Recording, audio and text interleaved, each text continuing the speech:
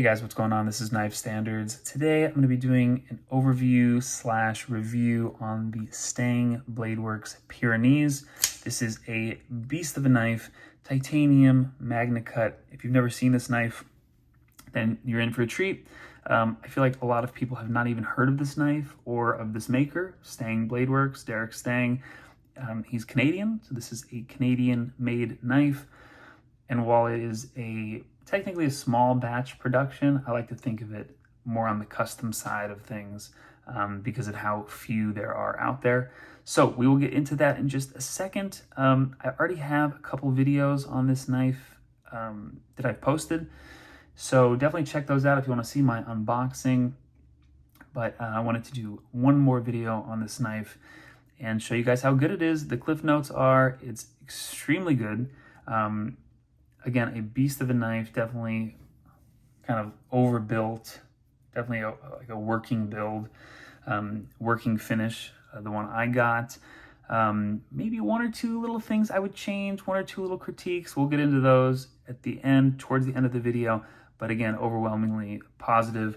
If you guys are interested in my designs, you can check them out at knifestandards.com. There are not that many RR3s left. There are not that many RR Station Expresses left.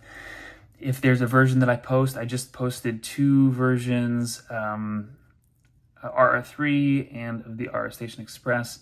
And like, for example, the RR3 in the Space Silver Camo Carbon, there's just one of those. So once that's gone, that's it. There's one of them on my website right now. And a few of the RR3s come with the upgraded milled titanium clip. The RR Station Express, I posted a one-off version, orange peel titanium with red, black, and white carbon fiber, which looks absolutely sick. So check those out. Again, not that many of them left, and the versions that I do have, I just have like one or two. Like I have two of the watermelons left, and they were only 3 or 4 made. So definitely check those out. We'll get this out of the way. And let's talk about Stang Bladeworks. So it's Derek Stang. It's a one-man show, although he does have a shop hand who he works with, who I've had the pleasure of talking to on Instagram. Seems like a super cool guy, has excellent taste in knives, has an epic collection. It's like the ultimate collector, especially of not only American knives, but Canadian knives too. And he turned me on to another maker who I got in on a lotto. I got in on his lotto, this other maker. So I don't want to spoil it. It's on the way to me probably in the next week or two. But Derek Stang Bladeworks shop hand is an incredible collector and seems like a very cool guy, but he's the one that turned me on to this other maker. And I'll be doing an unboxing of that hopefully in the next, let's say, 2 weeks. But that was a lotto. Again, really hard to get a hold of those knives, really hard to get a hold of this one. This was a lotto, which basically means, if you've never done a knife lotto, basically means they either take a certain amount of names or there's a time limit. You leave a comment on Instagram or whatever it is. In this case, it was on Instagram. And then they do a random number picker and pick, I don't know exactly how many of these there were. I do know this is the COA card. He's only made 123 or right around there. This is number 123. And also you can see this is version 3, V3. And if your number is picked, you get to purchase the version that you opted for. So this is the only version that I wanted. There was another one with, I think it was a copper collar, which looks cool, but like I have this is like the brass bolster. But I wanted kind of the plain Jane. I think this is the best finish. Got this really heavy tumbled stonewash blade, super cool, especially for a hard use knife. And then there was another version with some bronze ano, which I'm not really into, and then a couple milling patterns, which looked cool, but I think those also had the bronze ano. So this was the way to go. You can check out the backside. Of course, it's a titanium frame lock. Action, super smooth. But anyway, I got chosen for the lotto. I got this guy. These do not pop up on the secondary very often. They're just hard to get a hold of. But they are dialing in their machining process. So I think they're going to be doing hopefully another drop soon. and kind of ramping up production. I'm not sure, but again, there just are not that many of these. So if you get a chance to try one of these or to get one on the secondary, or if you see that he's running a lot of, I would definitely get in on it. This is running on washers. I'm pretty sure it's Teflon washers, and the action is just super smooth. Of course, it's a big old blade, so, you know, the action is, you would hope that it's, you know, kind of dropping on you, hopefully not on your finger. Middle finger flick works well. Can you slow roll it? Yes, I feel like the middle finger flick is a little bit more intuitive than the slow roll. But again, large knife, beast of a knife, Magna Cut blade. Feels like flat ground to me. Pretty sterile, clean aesthetic, especially on this variation. Let's do a little size comparison. We got the SPK Lamia.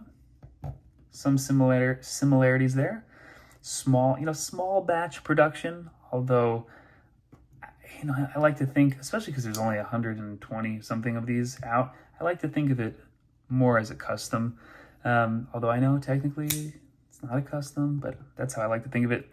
Monterey Bay Knives Sea Otter, similar finish, although I think this is a blasted and tumbled finish, and this is just heavy tumble, heavy stone wash. We got the Machine Wine Sonora, almost there, but still you can see this is larger. And I think that, oh, how about this guy? How about the Rec Sparrow Mid-Tech? Of course, the Pyrenees. Pyrenees is the largest knife I have on the table right now. And check out this action, by the way. This thing has broken in like no other knife. I mean, just it gets better and better and better. All right, so let's talk about Ergo's simple construction. Pretty straightforward. Ergo's comfortable.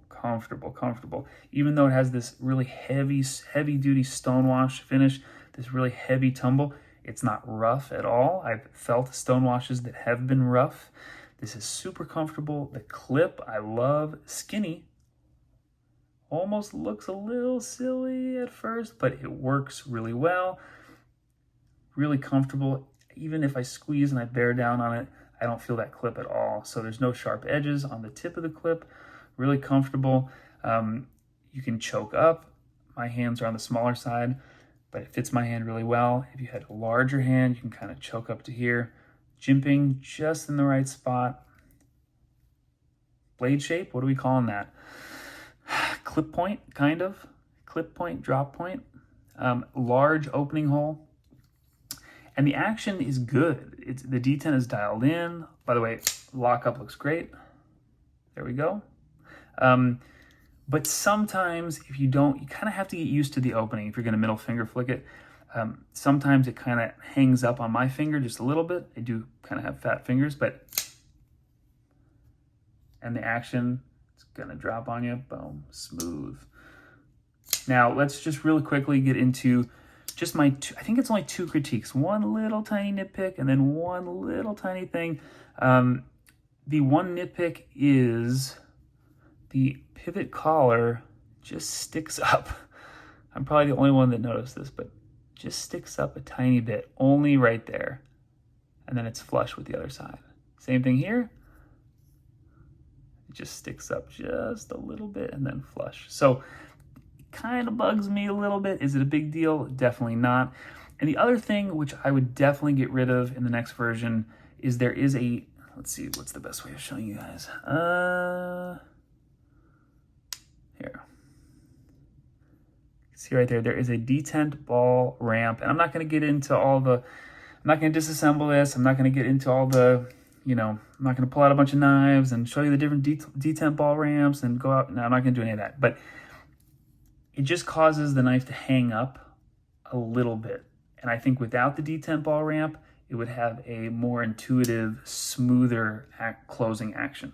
And while it does have a smooth close if I let this drop, because it kind of drops past the detent ball ramp, I think that without the detent ball ramp, if I can get it past the detent ball, which should be, you know, right about there, then I could shake it close. And with the detent ball ramp, as I shake it, it kind of gets hung up on that detent ball ramp. So that's really my only critique.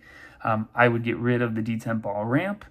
I think it would improve the action, especially when you get past the detent ball, to just let it kind of drop instead of having to shake it close. Is it a big deal? Definitely not, but just my personal preference. Overall, really solid knife.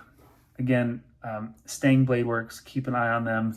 Keep an eye on Derek Stang. Super cool. I love the profile. I know he does a fixed blade as well. I'd love to get a hold of one of those. And one thing I did not talk about really is the name, the Pyrenees. Here's the COA card again. Pyrenees, the Great Pyrenees. Have you guys heard of that dog? One of my all-time favorite dogs. Super giant livestock guardian dogs. White and fluffy, and just kind of reminds me of Golden Retriever, like in that similar aesthetic of dog, which I just love. So I love Golden Retrievers, love Great Pyrenees, and this is named the Pyrenees. So I'm not sure if it's named after the dog. I should probably find that out. But anyway, overall, really solid knife. Let me know what you guys think of this. Have you heard of this knife? And by the way, if you're wondering about the price, this is not cheap. This is going to be, $750, $800, $900. That's let's say $7 to $1,000 range. Small batch production. It's one guy or two guys machining these knives, hand assembling, finishing everything in their super small shop in Canada. So is it worth it? Definitely 100% worth it. And let me know if you get a chance to check this out, or if you already have one of these. I'd love to hear about it. And if you guys have any questions, leave a comment down below or send me a message. I will catch you guys later.